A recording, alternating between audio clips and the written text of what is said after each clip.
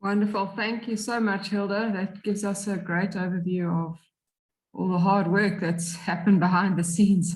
I know, having worked with mobilizing data, it's a very arduous, dedicated task that's needed and requires a lot of effort and skill and dedication from those who are actually doing the mobilizing of data, be it biodiversity or other data. It really is quite a task, but that's great. So Finian and Hilda, I'm happy for the group to ask any questions, ask for clarity on anything. We could just open it up for a few minutes. If anyone has any questions, comments, Jeremy, go for it. Thanks both presenters for speaking to us this morning. It's been really interesting to hear what's been happening in your part of the world. And yeah, I'm glad we managed to do it. I have a question for Hilda.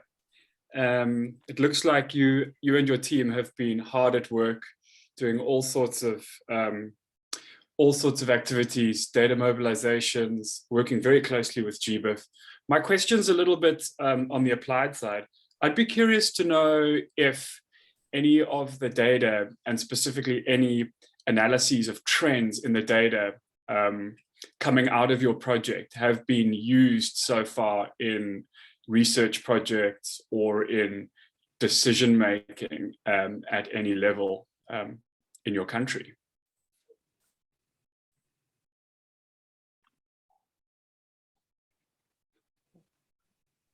Oh, thank you. Thank you, Dean.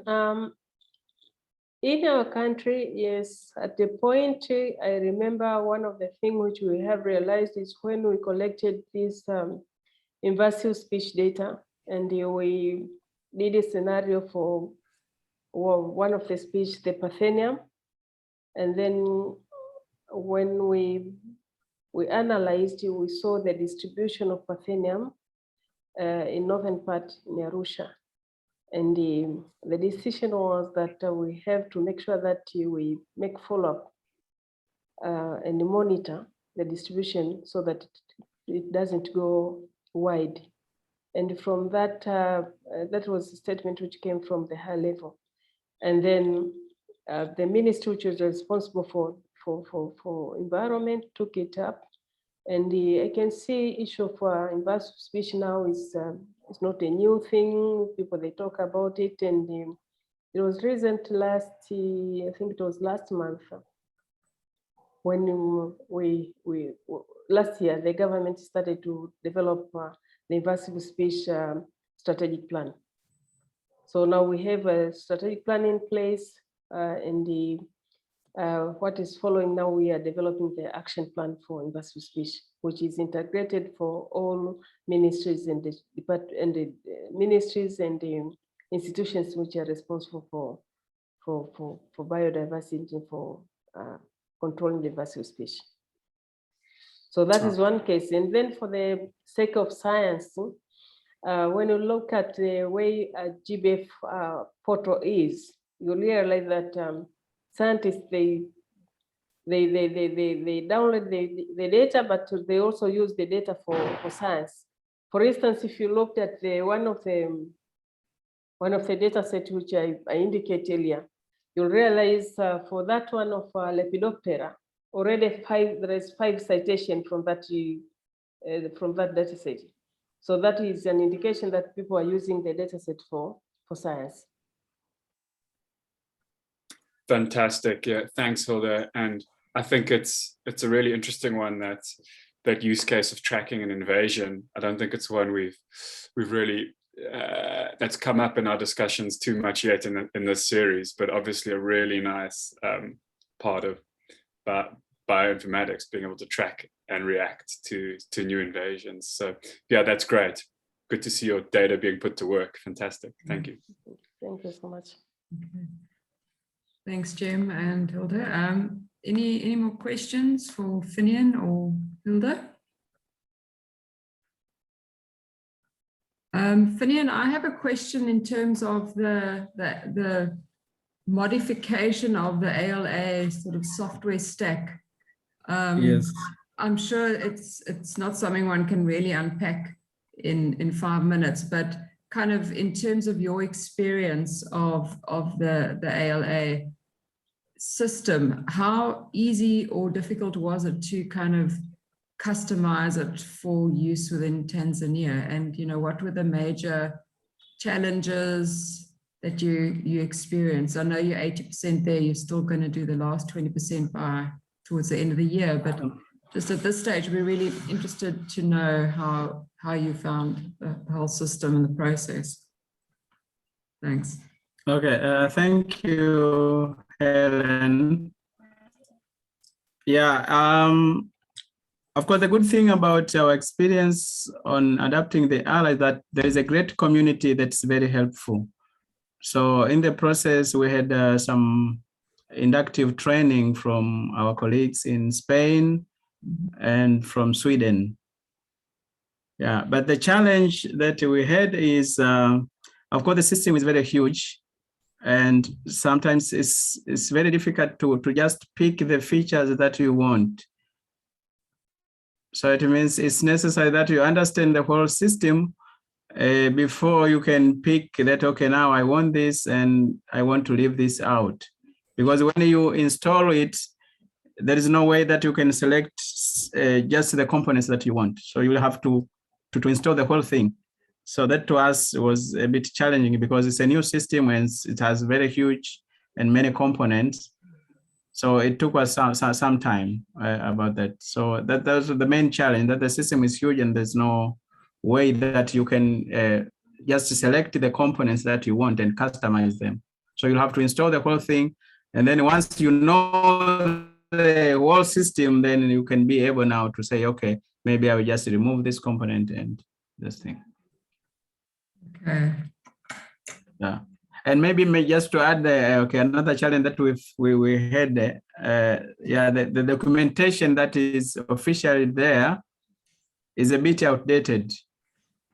So when we first customized it, we struggled because the information that we were using was not the one that is current in the current system. So until when we got some help from Vicente from Spain, and another colleague from Sweden, that's where they showed us some other links that we were not aware of, because initially we were using the official documentation.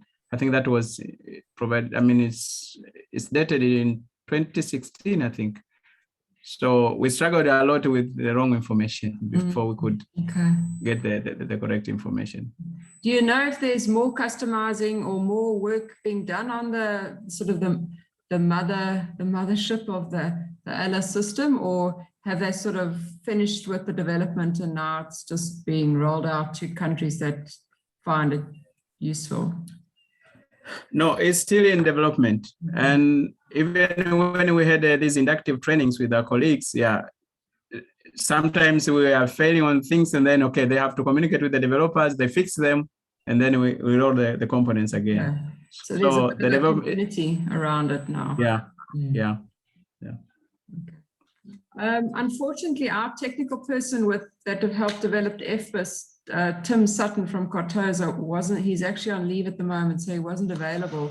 But it would be nice at a future meeting to kind of get the technical group together and sort of see, sure. You know, like I alluded to in last week, you know, maybe seeing how FBIS and ALA can talk to each other and how they could potentially complement each other. I guess, I mean, I need to also dive into the ALA system and get a better sense of what it can and can't do. And then I see the bits that are still outstanding from your side are really sort of the spatial visualization and dashboards and what have you. So I guess that's going to happen the latter half of this year. Huh? Yeah. Okay. Excellent, thank you. Okay, thanks. Any other questions from Hugo, Mike, Dean, anyone? We've got quite a small group today, obviously, because it's an extra session and not everyone could attend, unfortunately. Mm.